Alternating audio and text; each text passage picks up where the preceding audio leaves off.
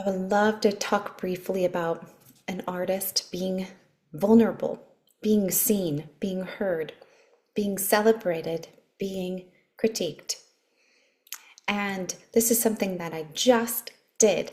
Last night I was on a stage with hundreds of other musicians performing The Empire Strikes Back, the Star Wars movie. The orchestra was on the stage. The movie was above us playing. We were playing thousands of notes in order to accompany this wonderful cinematic classic. And out in the audience was thousands of people. Thousands came to see this beautiful, beautiful evening. And I was right on the edge. So I did my hair, did my makeup, practiced a ton, and I knew I'm right on the stage, right on the edge of the stage, and I am playing. And it's not about me, but I am seen. I cannot hide in that moment. I am right on stage in front of thousands of people. I am one of many, but still, as artists, we train in private, right? We're either in a small studio, we're in our bedrooms, we're in the bathroom because it sounds amazing in there, the acoustics. Or for me, I'm right here in my music studio and I'm practicing at night after my girls go to bed, or I'm practicing in between teaching. Nobody's around, nobody's watching me. This is a very sacred space, and it's a very personal and often private space to hone your art, to make mistakes, to practice, to critique yourself, to encourage yourself. So this space of vulnerability is not often seen. But how do we as artists go from these like private places of practice onto huge stages in front of thousands of people? How do we do that without trauma? And you've heard a lot of people have stage fright. They don't get to practice being seen and being celebrated and being inspired and having safe places in order to get used to that very essential part of being an artist, this giving back. So what I do in my studio is I create spaces called showcases.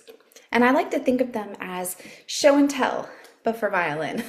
All right, so the student gets to look at what they have learned in the last few months and just pick their favorites, things they've already passed and mastered. I like to think of them as friends, the music as friends.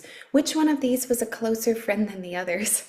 And pick those and share them with us. So if you look at visibility and performing as a gift from the artist then begins to have a different relationship with performing.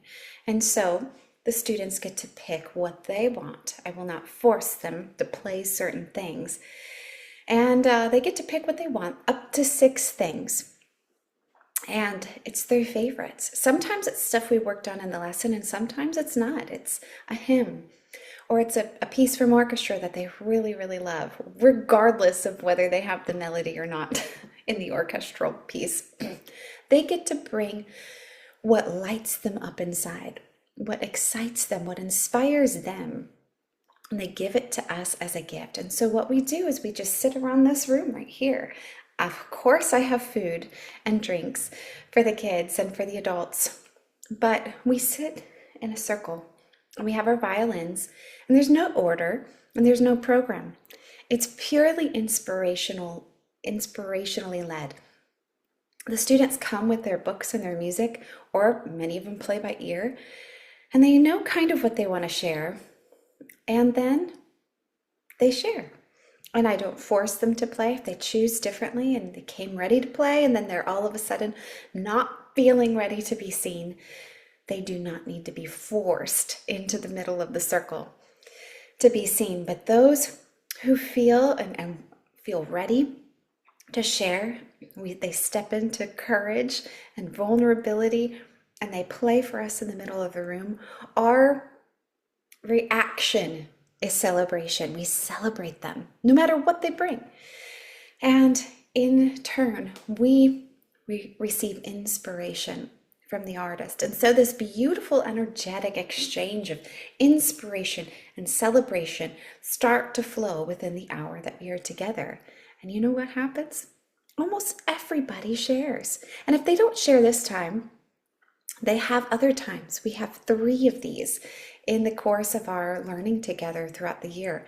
And then we do have 2 recitals. And those are a little bit more formal, where they're in an actual auditorium on a stage.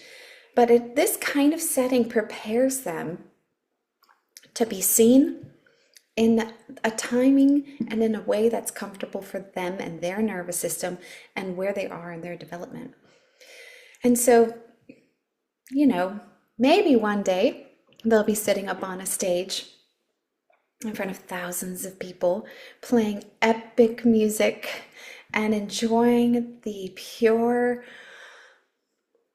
otherworldliness of playing with a symphony and to music that is just so epic, to a movie score. Or this upcoming week I'm playing Beethoven on a stage, and I cannot wait. I get to learn that music, and I get to approach performance as this electrifying, life-giving, beautiful outpouring of love from my heart.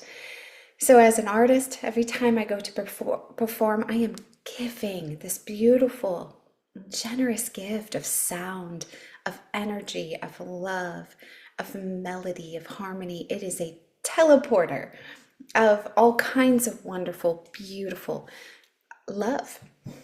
And that is how I view performance. That's how I view music.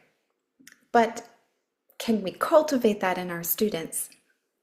I think so. And this week is Showcase Week. Tonight, I get to invite so many beautiful artists into my home. I will feed them. They will get out their violins. We will tune, and some are on piano as well. And we will play for each other, for the pure joy of the art, and for being together, and for sharing our art. And we will celebrate each other, and we will inspire each other.